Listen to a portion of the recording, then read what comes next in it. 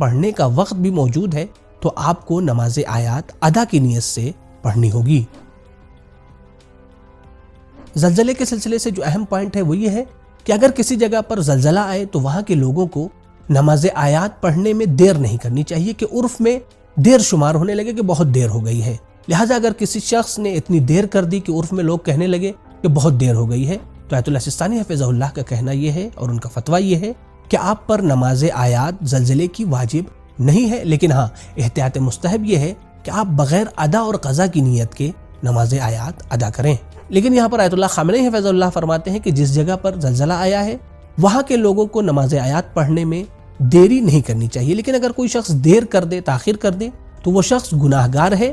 اب اس کے اوپر نماز آیات پڑھنی ضروری ہے، لیکن ہاں وہ جب بھی ادا کرے گا وہ ادا کی نیت سے ہی نماز آیات کو پڑھے گا۔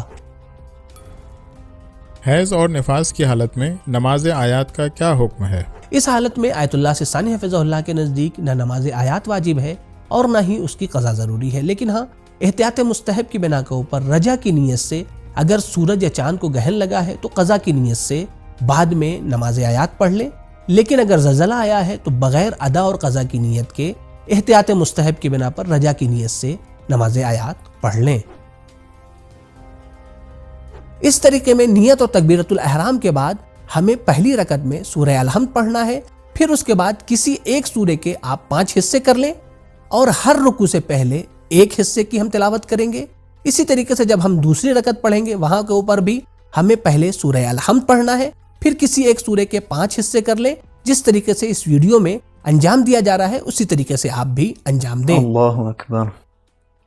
بسم اللہ الرحمن الرحیم، الحمد للہ رب العالمین، الرحمن الرحیم، مالک یوم الدین، ایاک نعبد و ایاک نستعین، اہدنا الصراط المستقیم، صراط الذین انعمت علیہم غیر المغضوب علیہم ولا الضالین۔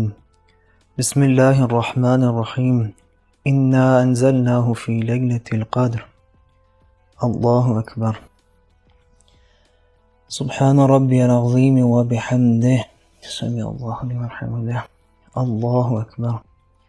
وما ادراک ما لیلۃ القدر۔ اللہم صل علی محمد و آل محمد۔ اللہ اکبر۔